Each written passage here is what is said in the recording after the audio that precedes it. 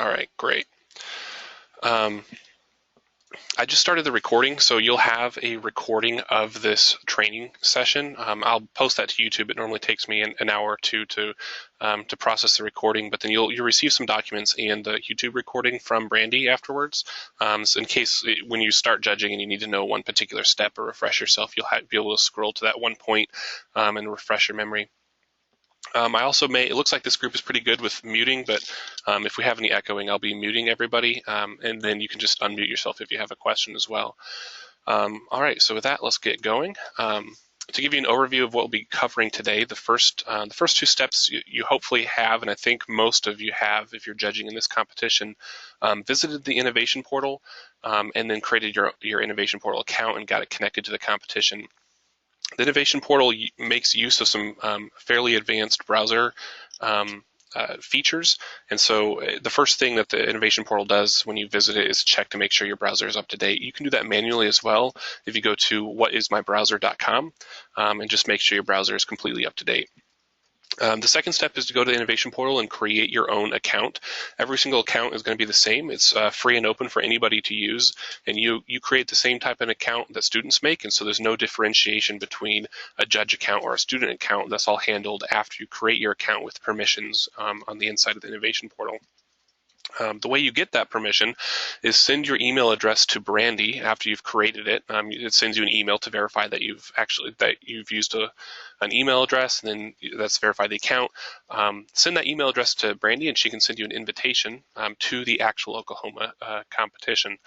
You should receive a push email, or you can click on a link there to accept it, or you can log into the innovation portal and accept it within the steps. Hopefully, you've already quite a few judges are.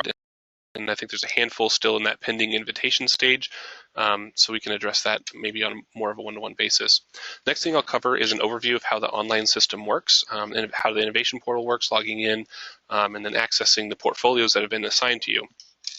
Brandy will assign out those portfolios of student work that you'll be responsible for judging, and I want to show you how to access those. I'm going to show you a little bit about the rubric you'll be using. It's a pretty good tool to use this rubric to evaluate student engineering design work. The rubric was developed over a 3-year NSF grant period with engineering educators and professors kind of coming together and creating this rubric, defining a standard engineering design process, and then building a rubric to go along with that. I'm going to show you how to access that rubric and then access scored examples. It's a pretty nice resource, especially for judges using this platform. Those engineering educators and professors, when they came together and created the rubric, they also took a set of portfolios from around the nation, different teachers, in engineering design work, in engineering design classes, and scored those based on the rubric they had created. So they have a baseline student work for each element on the rubric and for each score along that rubric. So a pretty extensive library for you to help calibrate yourself to know how to evaluate the portfolio work that you'll be reviewing. I know it's a little bit of a challenge on a virtual platform to calibrate yourself to know what to expect. In a physical setting like a science fair judging, you'd be able to walk around and kind of calibrate yourself to the quality of work. You don't really have that on a virtual platform because you only get to see the 3 to 5 portfolios that you are assigned. And so we provide these scored examples as that baseline to know what does a 5 look like, what does a 3 look like on a certain score set.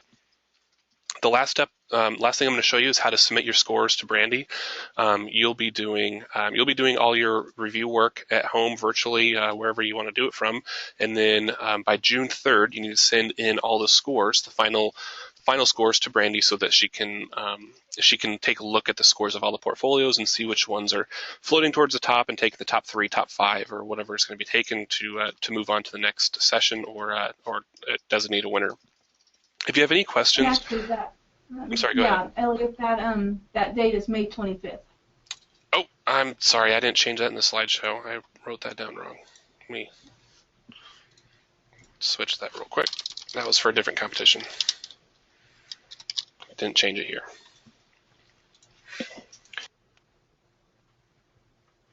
All right, May 25th. they're due. So if you do it by June 3rd, you might be a little bit late there. If you have any technical issues using the innovation portal, my contact information, my email is emork@fieldtw.org. I'm your best contact, and you can CC Brandy as well, just so she knows what's going on. For anything technical about the innovation portal, if you're having trouble finding your reviews, if you have trouble with your account, accessing all that, accessing anything on the innovation portal, I'm your best contact, but still good to keep Brandy CC'd. If you have anything specific to the competition about something school specific or something the competition specific, Brandy would be your best point of contact. And you can also just send a request to Brandy, and she can forward on anything that's more technical about the innovation portal. So let's go ahead and get going. I kind of talked about this already, but this is the process to get connected to the competition. The first step is to create your account on the innovation portal, innovationportal.org. Second is to give your email address to Brandy. This is her contact information here. Then she can send an invitation out to you, an invitation to judge. And then the last step to get connected is to accept the invitation. And you should receive a push email that you can click on a link there to automatically accept it. If you click that link more than once, you'll get a 404 error when you click on it, just because it's a one-time use link. And sometimes we have confusion with judges about the link being dead, but that's because it's already been accepted if you click that link the first time. You can also log into the innovation portal to accept it within the innovation portal, and I'll show you where those notifications are in a little bit here. So a little bit about a competition and how the Oklahoma State competition will be running and what it looks like from a student perspective and the competition administrator perspective. The first stage for students is to actually register for the competition. This has already been accomplished, but then all this step does is tell Brandy about how many students are going to be entering this competition. So at this phase, she knows about how large the competition will be, and knows how many judges to recruit. We try to recruit the same amount of judges as we have portfolio submissions, because we want each portfolio reviewed at least 3 times so we get a good average and a good perspective on the portfolio. And so what that means is that as a judge, you'll receive somewhere between 3 and 5 reviews for you to review. You'll review 3 to 5 of them. The time that takes is about 3 to 5 hours, 3 to 5 portfolios. The first portfolio will take just over an hour on average, just because you're getting familiar with the rubric and reading all that. And then each portfolio afterwards takes a little bit less than an hour. And that's an average, of course. And if sometimes it varies. If students write a lot, it might be a little bit more, or if they leave some blank elements, then it could go a lot faster. The next stage students have is to submit their portfolio to the competition, and that has already occurred later this week as well. Students have the submission window between May 2nd and 9th for this competition, and so we have the submissions in. And so they take their portfolios and upload them to the competition. At this point, Brandy can see all of the portfolios that have been submitted to the competition and knows how many reviews that will need to be done. So she can send your 3 to 5 portfolios to you as a judge, and then you'll only see those 3 to 5 portfolios and review that student work. There's a magic button I think we're going to click it this afternoon that automatically distributes all of the portfolios. So you'll receive a random assortment of portfolios to review, ranging from somewhere to 3 to 5 portfolios. Those random portfolios could be the top 3 portfolios. They could be the bottom 3. There could be a selection of in between of the ultimate scores. And so that's why it's so important to use the rubric to set your baseline. Just because you only get the visibility of those 3 to 5 portfolios that you're assigned. So you'll have about 10 days to get that done, to do the review of your 3 to 5 portfolios, and then send the scores back to Brandy. And then at that point, the innovation portal is going to automatically rank all the portfolios as they come in. She can see the scores coming in live as soon as you submit it. And then she can see which portfolios are floating to the top. That will make the cutoff for the next stage to get first place, second place, third place. And I think top 5 is important for this competition. So the student perspective in Innovation Portal, any student can create a portfolio. It's free and open. It's not specific to this competition, and it's not specific to even Project Lead the Way or the EDD class here. So anyone doing engineering design work can build a portfolio on the Innovation Portal to document their work. They can invite any number of project partners These people can have collaboration access or also own the access, and so multiple students can work together on the same portfolio. And typically we see somewhere between 2 and 4 students working together to create one of these portfolios, especially in the EDD class. They can also share just viewing access with their teacher. We see that a lot in the EDD class is they just share viewing access to the teacher, and so they can keep up to date on what's going on, give them some feedback, and make sure progress is being made. They can also, one thing that's pretty neat actually on the innovation portal, because it's virtual, the same reviews that you'll be doing as a judge in a summative or final evaluation style for the competition, you're going to be doing reviews and evaluating the portfolios. The students may have sent out reviews to their project mentors already, and those project mentors may have done reviews of their portfolio, given them scores and given them comments and feedback during this process. And students can send as many of those reviews out to project mentors, and they don't have to be physically there looking at the portfolio, but it's a virtual tool, so they can log in and actually submit that review online. It's the exact same process that you'll be using to do a review in the competition, except your scores as judges are going to a competition administrator instead of directly back to the students. So once the students get that review from the project mentors, they've worked together, and maybe their teacher has viewed it, they can send that portfolio, and it becomes a submission into a competition. They can do that submission. So students have already done this step for the Oklahoma stage, for the Oklahoma competition. And if they had it ready early, or if they're eligible for other competitions outside the state of Oklahoma, we have one competition that's international based, but it started in December and ended back in February. They could have submitted that to their portfolio to that competition as well, and they can submit to as many competitions as they're eligible for. And it being a digital tool, you can create as many portfolios as you want on the innovation portal with one account. These portfolios will track with the students for lifetime, as long as they can log into the innovation portal. We've seen students print out PDFs of their portfolio and use that as a portfolio application to college in the past, and they'll still have access past high school, past college, however they'd like to use it, they'll have access to their portfolio. So at this point, I want to pause for any questions. Nothing's coming on the chat, but I want to, any big picture questions about what we're doing with the competition, I want to address those, and then we're going to go through a click through on the innovation portal.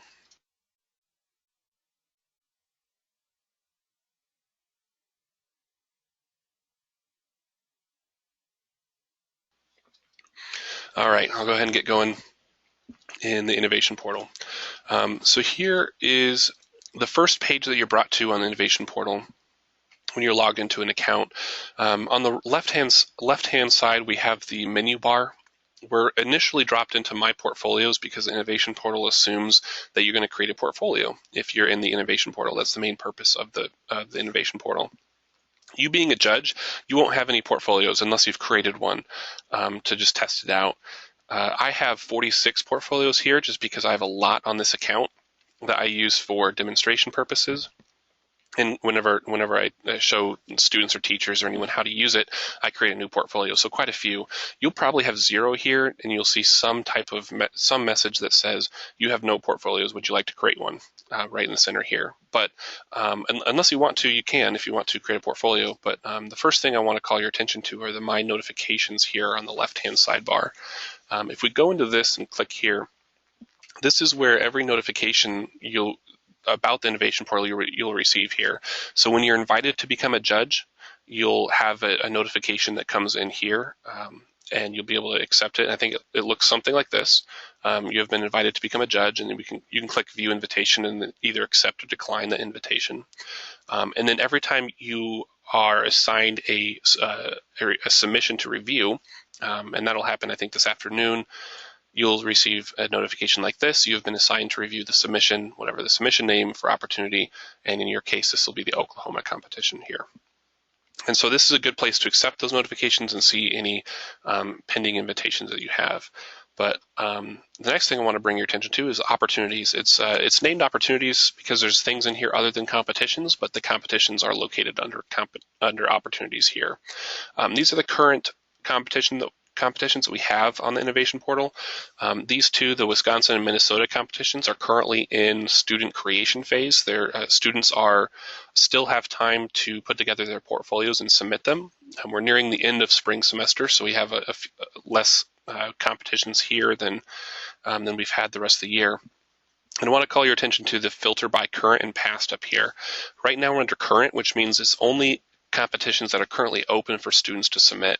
Your use case is a little bit different because you're going to be a judge, and everything that you care about is going to be in this past button here. So we have all the competitions that have already passed their submission date in here. So we have the 2015 Wisconsin competition. We saw the 2016 version in the current one. And if we scroll down, we can see all the competitions that have ended this spring and are currently in the judging phase or are already complete. The Oklahoma competition was right here and has already completed. The students have submitted all of the submissions that will go into this competition. You'll be clicking this one here, but for the purposes of this training demonstration, I'm going to scroll up and go into this training example competition just because I've created this account to be a judge in this one. So if we click into training example, again, you'll be going into the 2016 Oklahoma competition. You know you're a judge if you have this blue bar on top. That means you have more options than just to view and look at the competition. So if we click reviews, we can look at all of the reviews that we've been assigned to do. So Brandy will send these out. So this is a list of every single review that we're assigned to do in this competition. We have 13 complete out of 15, and that's just the 13 number is just how many submissions that I have completed this spring when I put this together. That's how many trainings I've done. And then 15 is, I think, my scheduled amount. We're nearing the end of the spring semester. So for each of these, they'll have a status, complete or active. So a lot of these will be complete. Oh, I'm sorry. And again, your number will be lower than 15. That would take quite a bit of time. So you'll be 3 to 5, I think, up there that you'll be assigned. So if we scroll down to, let's find an active one because most of these are complete. Here's one, 043, Easy Gardening. If we click into this, we can actually view the student work on this portfolio. We have a new right-hand sidebar here on the right-hand side. We're dropped into the portfolio cover page to start with, and we can scroll down. The cover page has nothing to evaluate on it. Students sometimes use it as an introduction page or sometimes as an overview or an executive summary of their project. But there's nothing to evaluate here. I kind of liken it to a 3-ring binder. This is the plastic sheet in the front of that 3-ring binder. They can slide in a piece of paper there to kind of make it look nice, but all the content of the actual project are on those tabs along the side of the 3-ring binder in these elements A through N here on the right-hand side. So the first section of content that we'll be evaluating is A. So we hover over A, click it, and we can load the student content that they have loaded up into this portfolio section. You can either scroll as a mouse wheel, I'm doing right now scrolling here, or you can grab the scroll bar on the right-hand side to view all of the student content that they've loaded here. On the right-hand side, we have the rubric to actually evaluate the student work. It's organized by elements. There's 14 elements in 5 different sections. And the first one is A, presentation and justification of the problem. So this one is all about is your problem worth solving and does it matter? You have a couple different elements to the rubric or different components to the rubric. The reflective questions here, when I'm working with students or teachers, I call this the checklist for students. So they should ask themselves, have they done these things to accomplish the goals of this element? So this gives you the scope of this element. What should it cover and what should it not cover as a judge? So you can read these to get an idea of what the main thrust of this element is for element A. So if we close that, we have the element rubric, the actual rubric component here. So what we have here is scores ranging from 0 to 5. And we have the text description of what it takes to get a 5 for this element. If we click on 4, we have the text description of what it takes to get a 4 of this element. So this is pretty good, a pretty good resource to you as a judge.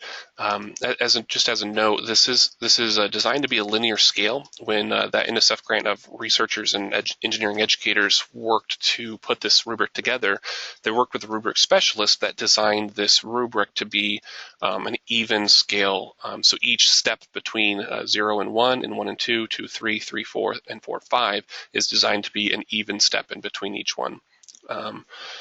Another key thing, and it's kind of getting a little bit detailed, but it helps you become a really good scorer using this rubric, is that not every single component of 3 needs to be complete to receive a score of 3. So if you're wondering whether something should be scored as a 2 or should be scored as a 3, the question you ask yourself, is it closer to a 2 or a 3? And that's the score to give it, not does it meet all requirements of a 3 to receive the score of 3. And that matters just because it's not like a staircase where it's a discrete cutoff. It is a linear curve of best fit. So if it's between a 2 and a 3, then you just pick the score that is closer to a 2 or a 3. So that can be a little bit difficult with just this text here to describe it. So we have another resource for judges that judges are I hear consistently are a fan of using, the scored element examples here. So before I click this, I want to point your attention up to the upper left-hand part of my screen and just watch there. So when I click that, we're opening up a PDF document. On your computer, it may open up the same way that it did mine, a different tab, and open that up. It may download the PDF document, or it may open up a new tab and not jump to it immediately. Regardless, though, we still have this screen here to go back to. So we still have the student content, and we still have the rubric here on the right-hand side. But if we jump back over to here, the PDF document, this is a really powerful tool you have as judges. We have a couple paragraphs in the top of commentary from expert reviewers, those engineering educators and professors that created these baseline documents. We have we get to peer into their thought process here of why this student work receives a score of 3. So a lot of detail about why this student work is a score of 3, why it's not a 4, and why it's not a 2. So if we scroll down, we can see that we have the entire rubric summary, 14 elements and 5 components, and this is relevant only for element A. And then we have the score, so this is element A, all the different rubric text that we have, 0 through 5, and the highlight for 3 because that is the score that this student work received. And if we continue scrolling down, we can see the actual student content that received a score of 3 from these expert reviewers. And this is a great way to set a baseline for yourself when doing this reviews. This project is a pretty neat project. They had issues with switching to LED lights and snow and sleet buildup on them, and they were trying to fix that because they had to send street crews out to actually clean these bulbs. It turns out the waste heat for incandescent bulbs are actually useful in northern climates. But anyway, we have all the student content, and we have all the thought process of why this received a score of 3. So pretty powerful tool here we have. And these are available for a large majority of the rubric. You have these available to you to use. You do not have them for elements M and N, though. Oop, I clicked on M. You do not have them for M and N because these are holistic content, portfolio-wide evaluation pieces, and so we don't have the scored element examples for an entire portfolio there. Moving back to A, though, so this, if one of the most important things where judges get confused when doing evaluation is that we've clicked a 5 here, or we can click a 4 here, and this is not uploading our score. Let's say we think it's a 3. If we click this 3, this is not a 3 scored for element A. This is only to view the rubric. To open up the actual score sheet, and what I like to call it is going back to the science fair analogy, we have a clipboard with our score sheets on it, and this is our score sheet as a judge that we can actually give to the scorekeeper at the end of the day after we score all the science fair projects, and scorekeeper being Brandy, we're all just doing this digitally. This is your score sheet here. So if we thought the student work should receive a score of 3, we can click the 3. And at this point, this is actually where our score is being saved. Everything is saved automatically every couple microseconds, and so there's no save button. Once you click it, it's saved. And if we want to view the rubric while we're in the score sheet, we can either use the pop out here, but that kind of covers our scores here. We can also click the plus button, and we can use this, we can drag the screen around to review the rubric, the text of a score 3, score 4, and toggle back and forth to figure out which one is it closer to. It gets a little bit crowded though if you have that open, so we can close it as well. So we have the score that we've submitted here, and then we can also go and type a comment. We can say this is a comment for element A. Your comments will be used in a couple different ways. The first one is that Brandy, this competition administrator, may choose to send these comments to the teachers. And then the teachers could use their best judgment to send that feedback to students as well. Another way that your comments will be used is we have current research ongoing with some researchers and professors that are researching how close and what's the agreement in how close are the scores for the same portfolio with different judges.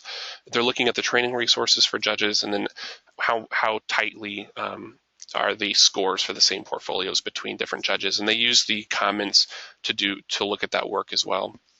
So those are the two ways your comments may be used if you put a comment in here. And again, everything is saved automatically. If we type it in, it's saving every couple microseconds, so there's no save button. If we close this down, we can open up the blue pen icon again to open up our score sheet, and everything is still there and saved. Are there any questions at this point?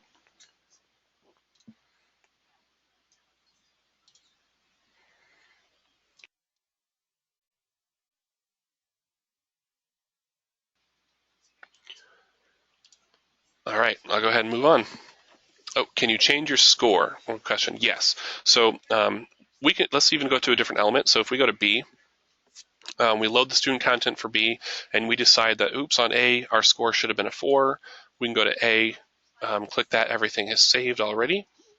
We can open up our score sheet, and we can change that to, we thought it was a 4, actually. So click on that, close it down, and it's saved as a 4 now. But let's go ahead and move on to B. We can take a look at the student content. We have all the same different reflective questions, but the same components to the rubric here.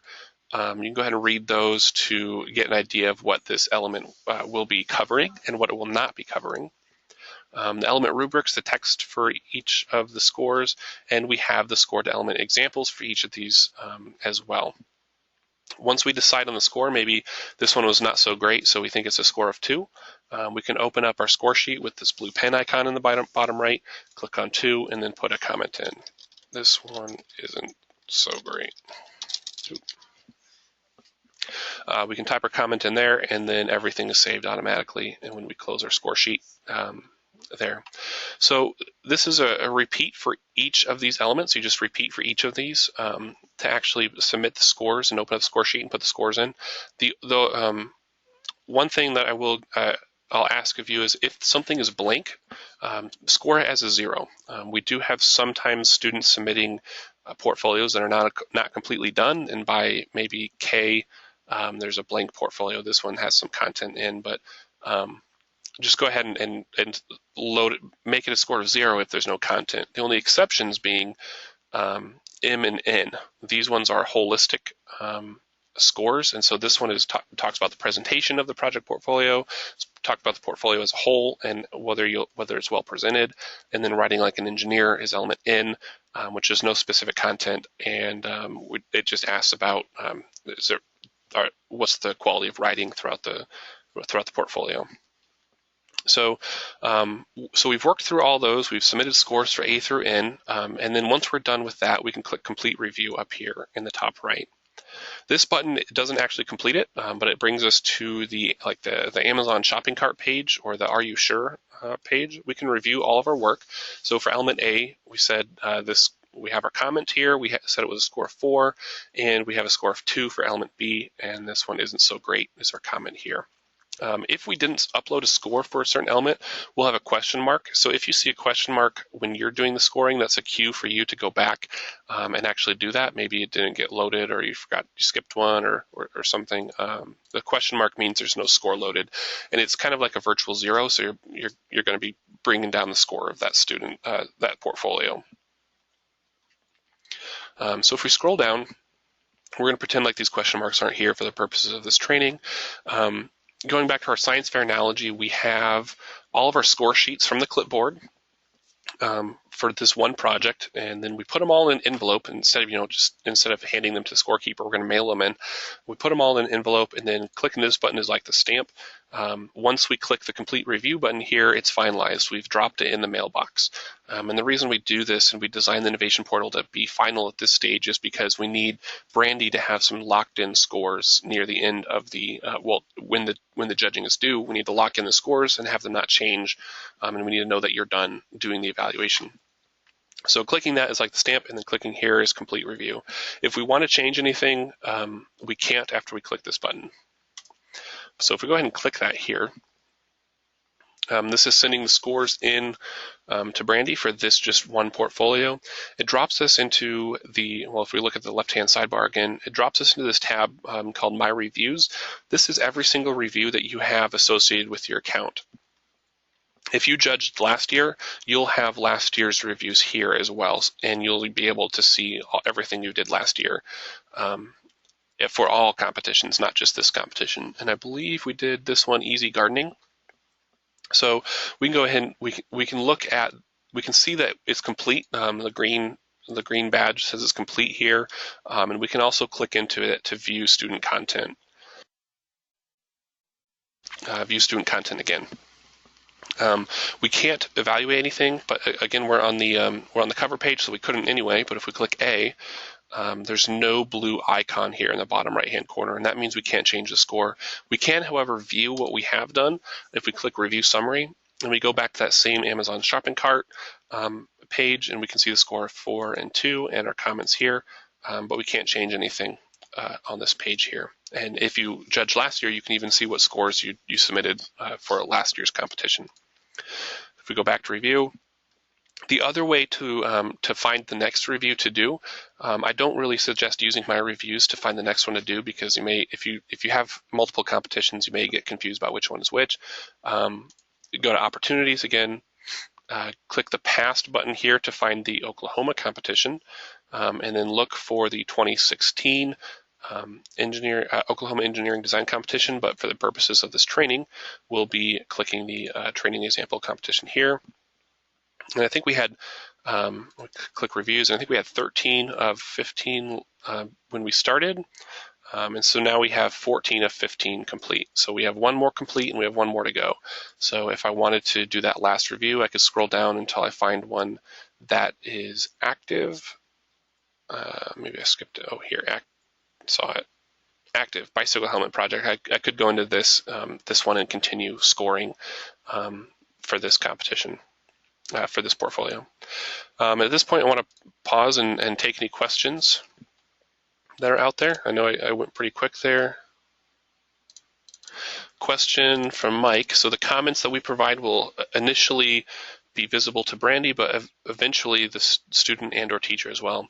So the answer to that question is, I think mostly Brandy can weigh in on. I'm going to be providing those, but Brandy has access to all that. And then she may be providing those to teachers. And that's what I've seen other competitions do in the past, and teachers can use their best judgment to provide it to students. But Brandy, if you want to jump in and address that one. Yeah, that'll be about the same, how we'll use it.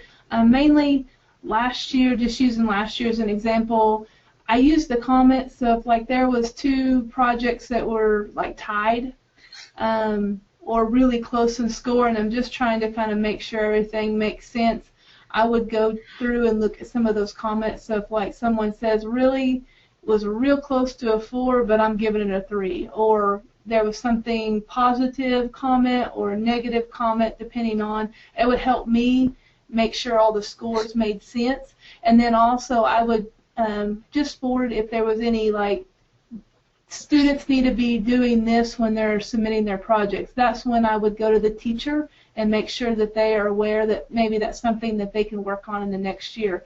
I don't think any comment made it to the student unless you commented and said, hey, make sure these students know they did an awesome job.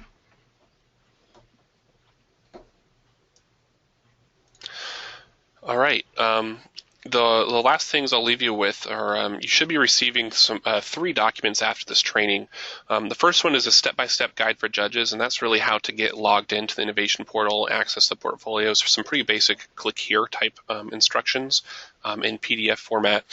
The next one is reflective questions from the portal, and this is a real broad overview of the rubric. You'll get each element a 5-point score. What is the highest score you can receive? Which I forgot to mention. A 5 is not perfect, but a 5 is what the text description is. So what is the highest score you can receive? That's not necessarily perfection, but it is a high score. And then you also have the reflective questions in this document as well. And then the last document you'll be receiving is the complete ED PPSR rubric. This rubric is built into the innovation portal on the right-hand side, and I showed you where that is. But some judges prefer to either print this document out or keep this PDF document open in another monitor while they're doing the reviewing. I try not to send this one in advance just because it's a pretty large document, and you don't need to read it all the way through before this training to know how to judge. And so I tried to hold that one back until after training. But it's pretty much, you have all the information already built into the innovation portal, but it is there in print format, PDF format as well if you'd like to use it that way. And we have another question. So can you only see the comments after a judge selects complete? That's a very good question. So let's see. Comments are only visible even to me and to Brandy once you click complete, because that generates a review, and then at that point we can see them. Brandy will be able to log in and see them one off at a time, and then I can bulk download those. So yes, so comments are only visible after you click complete on that Amazon shopping cart page. The last thing you'll be receiving is a link to a YouTube video, and that's just a video of this recording that we made here today during the training. So you can use that maybe in a week or two when you're doing the actual reviewing and need to go back to one specific point to refresh yourself. So you'll have that available to you as a resource. And that'll take me a few hours to generate just because my computer processes the video and then uploads it. Brandy, I think that's all for me. If you want to close us out, I'm available to stay on the line a little bit later or afterwards if there's any specific questions or one-on-one support I can provide. All right, thank you, Elliot. Appreciate it. Again, I just want to thank everyone for joining us. I wanted to kind of give you an idea of how the state of Oklahoma competition will work. As he said, we would like all judging to be done May 25th. We're hoping to disperse all projects to each of you today by this afternoon. I have about 3 or 4 judges that still haven't gone through the complete process of accepting the invite to judge. So once we get all through those, I'll be distributing. And so you should have some in your box. If it's not today, it'll be tomorrow morning. I will let you all know I do that, so you'll know to go in there and review them. At that point, after May 25th, I'll take all of your scores, and then we'll begin figuring out top teams and planning the showcase, which is June 3rd here at Oklahoma State University Alumni Center. We will invite all of our judges to come and attend. One thing, according to your scores that you do online, we will invite the top 5 teams to come and present their projects on stage. And then we'll also have some live judges there at the competition to judge presentation. So if maybe according to the online judging, one team got 5th, but they had the best presentation, all of that will be recognized at the event, just so that they realize they did an awesome job on their presentation, but maybe they need to work a little bit more on the design process or how they submitted it into the online portal. We will also look at the scoring, and we take a certain average score depending on how the scores are working, and we'll invite more teams to come to that event to showcase their project around the room, so that they can also be involved with being at Oklahoma State University, as well as meeting faculty and other industry professionals that might be there at the showcase to talk to them. So it will be a good event all the way around, and we look forward to that. And we'll make sure also, Elliot and I will work on making sure that you guys are able to see the top teams. Even though you might not have judged one, you'll be able to see that hopefully at the end, and be able to review kind of the top projects that kind of sifted to the top after all judging was done. Like Elliot said, you will probably be judging 3 to 5 projects. I'm hoping to get it right there at that 4 mark. If everybody comes through, I think we'll be able to make sure that everyone just judges 4 projects. Maybe 1 or 2 will have to judge 5. But I want to do make it time-wise for you that you're not judging way too many. So again, appreciate your time and help with the project, and thank you for joining us today and utilizing your lunch with us.